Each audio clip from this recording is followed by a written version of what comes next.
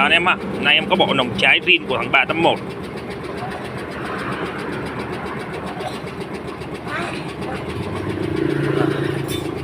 Nòng rất đẹp luôn anh em ạ. Kiếng không xước, không sọc ha, không lột ha.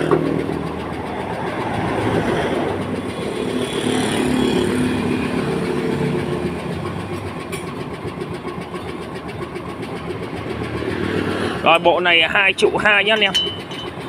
Bộ này 2,2 triệu bộ nòng trái này nhá.